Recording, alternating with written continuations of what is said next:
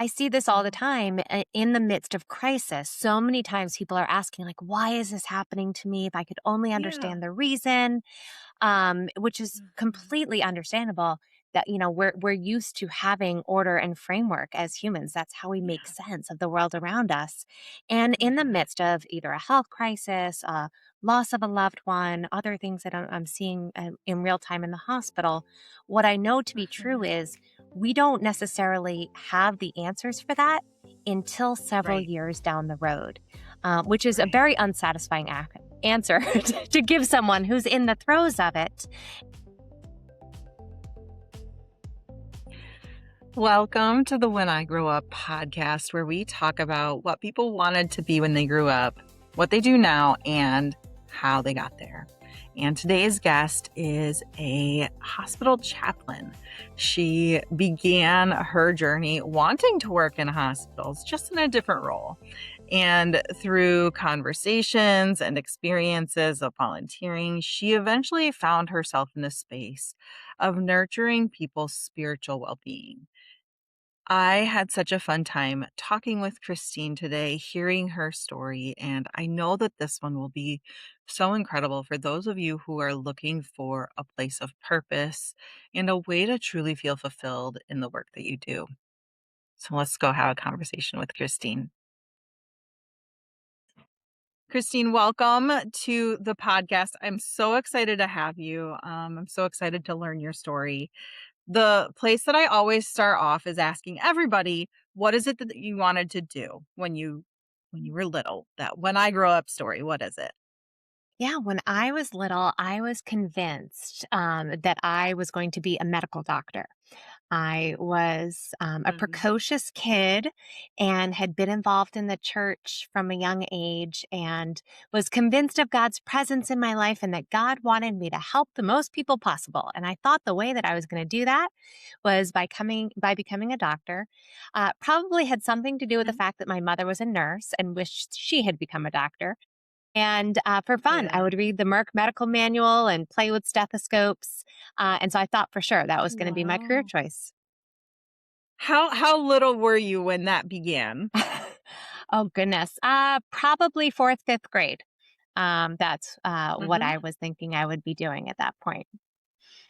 After I think there might have been a moment where I thought I was gonna be a musical theater, actress, briefly, you know, You had to so have at least mhm. one like moment Yep, of something completely different. Yeah. right. So what is it that you do now?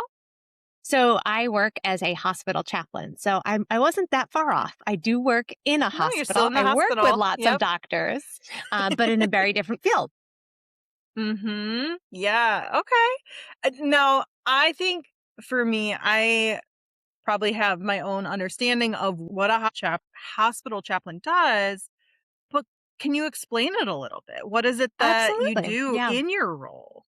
So, a lot of what I do is care for patients and families, particularly at Mhm. end of life, but not always. That is about 80% of the work that we do. So, being at the Yeah. bedside while families are saying goodbye, helping patients come to terms with what's going on for them. And then, even for patients that aren't facing a terminal condition, hospitalizations still bring up so many emotions and experiences, and people are trying to process them. And as chaplains, Mhm. we go in to help them. Kind of what are their resources? How do they make meaning out of what they're going through? I also support hospital staff because it can be a lot to work in healthcare and see the things that we see. And so we do a lot of debriefing with staff, both formally and informally. That's really interesting. I don't know that I would immediately think about you also supporting the staff. I would very much picture the going into the rooms and having conversations with the patients and families, but you also help the staff too. Yes, I'd like to say that we're the only discipline in the hospital that we're seeing 3 different sets of populations. We're seeing the patients, we're seeing the families, Sure. and we're there for the staff also. Now, how did you step into that role? How did you end up being a chaplain?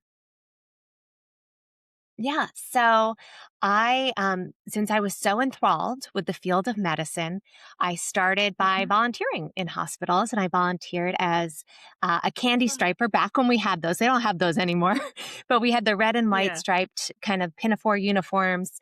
And I remember I was driving my little cart filled with water pitchers, and I ran into the elevator. I was trying to get in, and there was a physician in the elevator and looked at me and says, "What are you doing?"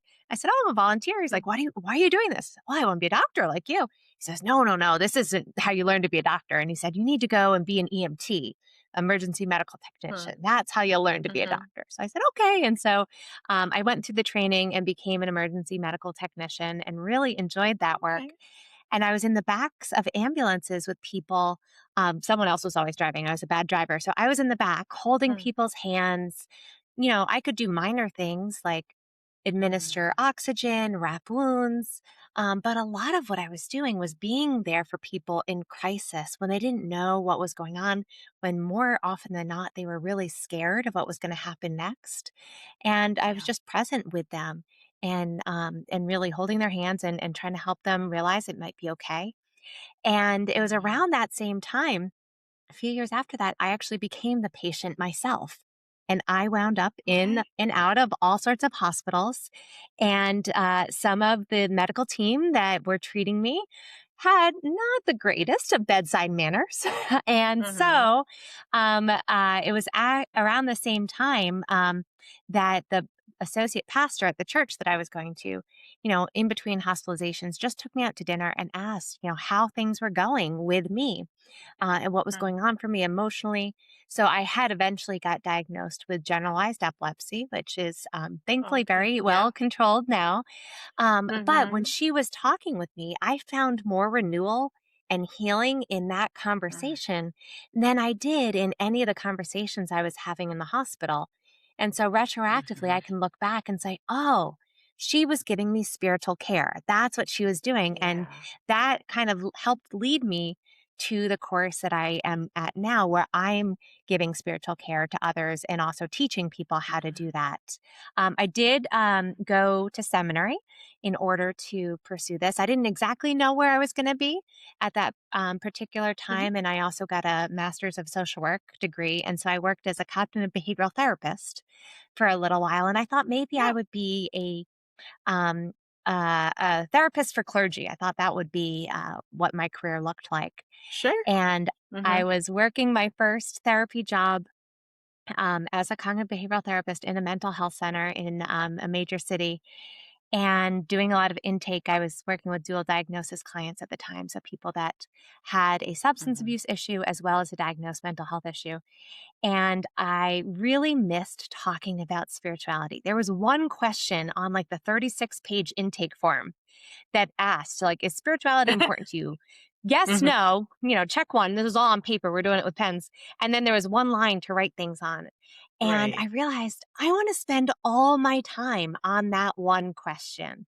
And so then Mhm. I went back to complete a chaplaincy residency, which that's part of the process. There's 1,600 hours postgraduate work to be credentialed within hospital chaplaincy, and I really loved it. And Mm. so I've been doing variations of that ever since. I now run the department at our hospital, and I teach at seminaries, and Yeah. now I also teach at the med school, teaching medical students how to embrace patient spirituality and how to use that in their model of planning.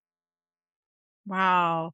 So I'm so curious, the kid that wanted to be a doctor, if you if you were to kind of go back in time and talk to her, what would you have been able to say to her to encourage her towards this? But I mean, you ended up where you are, but I'm so Mhm. curious what kind of conversations might have changed things for you earlier on. Yeah, my guess is that they unfolded it the way that they needed to, Mhm. and I think if I were to say anything to that kid, it would to focus on, what is it that attracts you to the medical Yeah. profession? At that age, I probably would not have been able to articulate it, but to Mhm. anyone who's contemplating what career move is next for them, what are you hoping for? What are you looking for?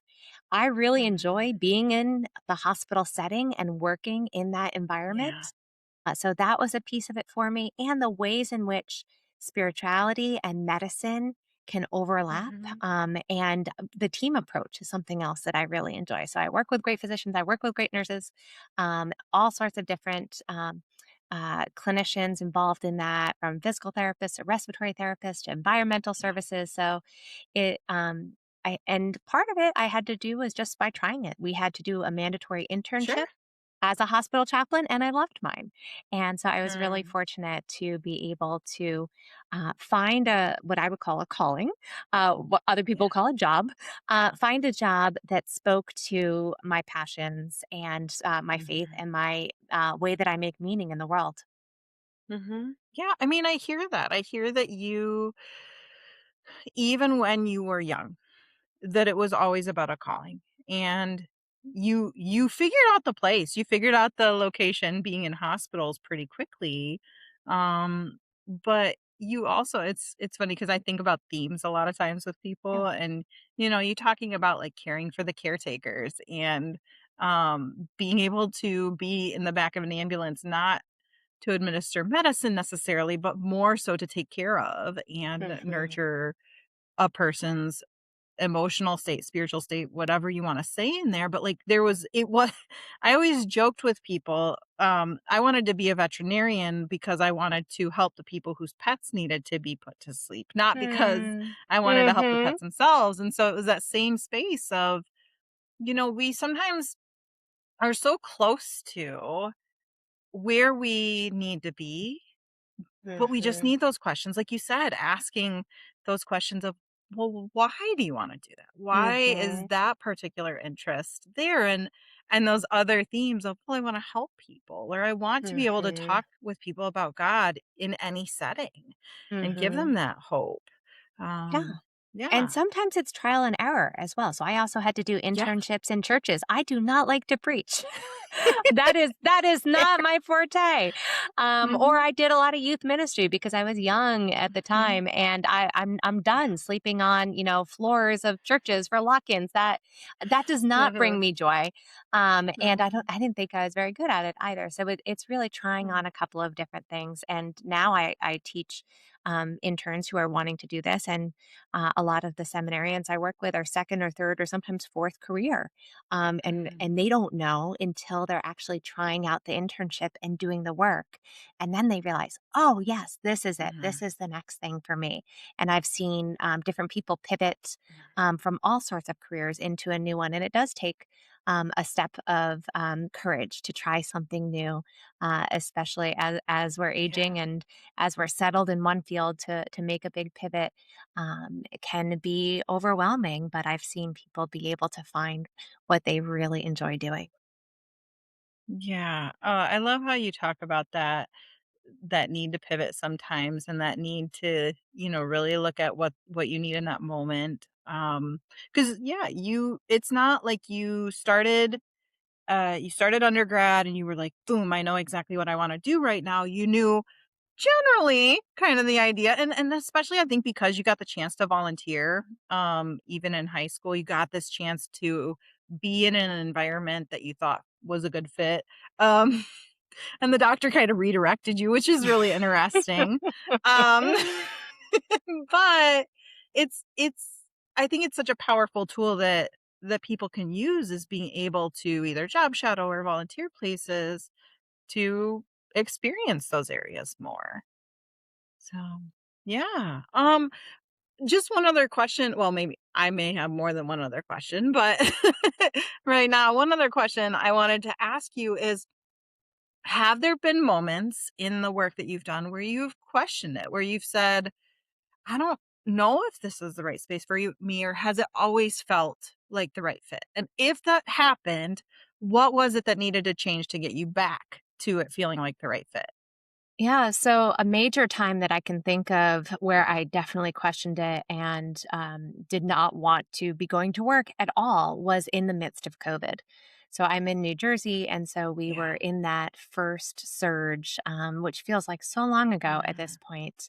But Yeah. I was deemed an essential worker, and having to go Mhm. to work when we didn't know exactly what we were getting ourselves into in those early days Mhm. and then having to quarantine from my family, and my kids were young, and not being able to hug them because I didn't know what I was going to Yeah. potentially transmit to them. This was before we even had any COVID tests. So at that point, I did not like my job. I was not happy to be there. And a lot of what Mhm. I do on a daily basis is provide comfort and presence at death and try to make Yeah. death just a little bit better for those people that are going through it.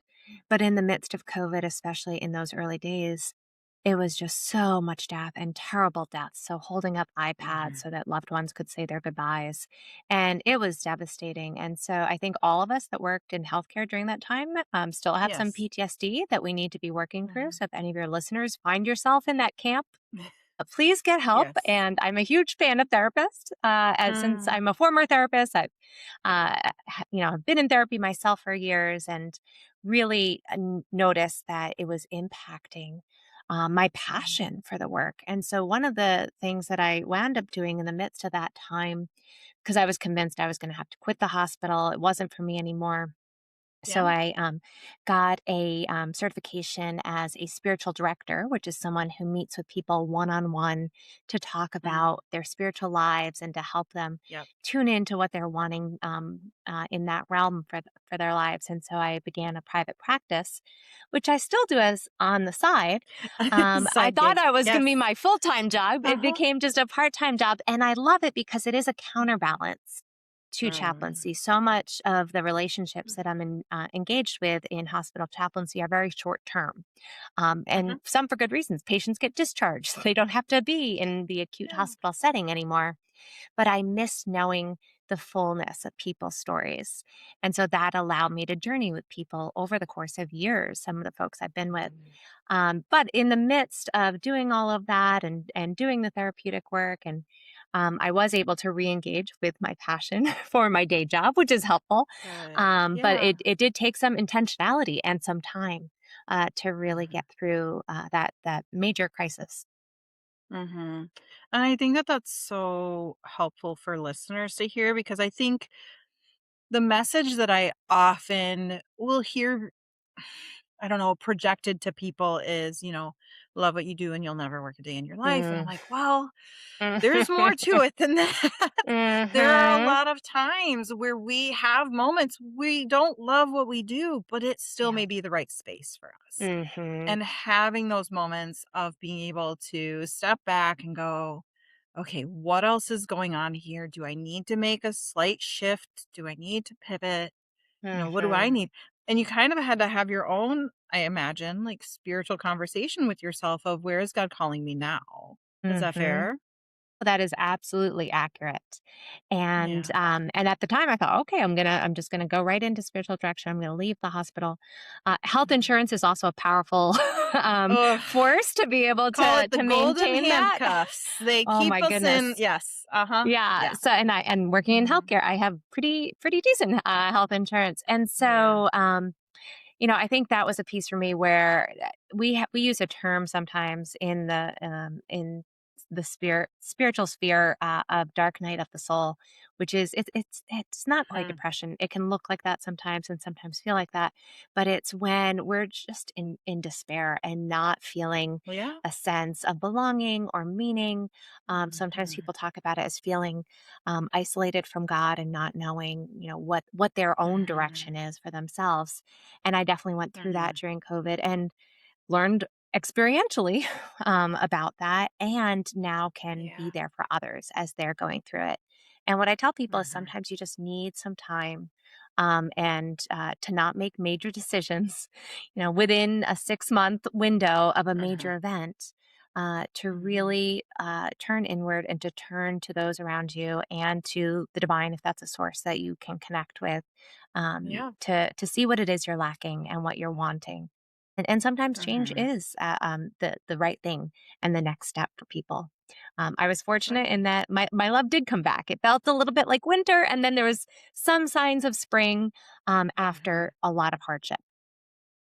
Mhm. Yeah, I mean, I often think about it like seasons, like that as people we go through seasons and Hmm. wintering really is a thing where we sometimes need to Hmm. be in the planted, buried, however you wanna put it, but we need to be kind of in this space of holding to regroup and collect ourselves.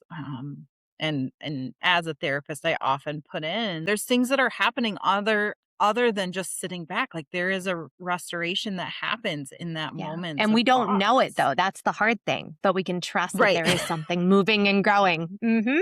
Man, wouldn't it be nice to know that sometimes all of Have us some are like like, "Can we just, X-ray like, vision. have a" yeah, can we look back Mhm. right can we be in the moment and know what's happening as opposed to, reflectively, you can look back and see it, but it's hard in the moment.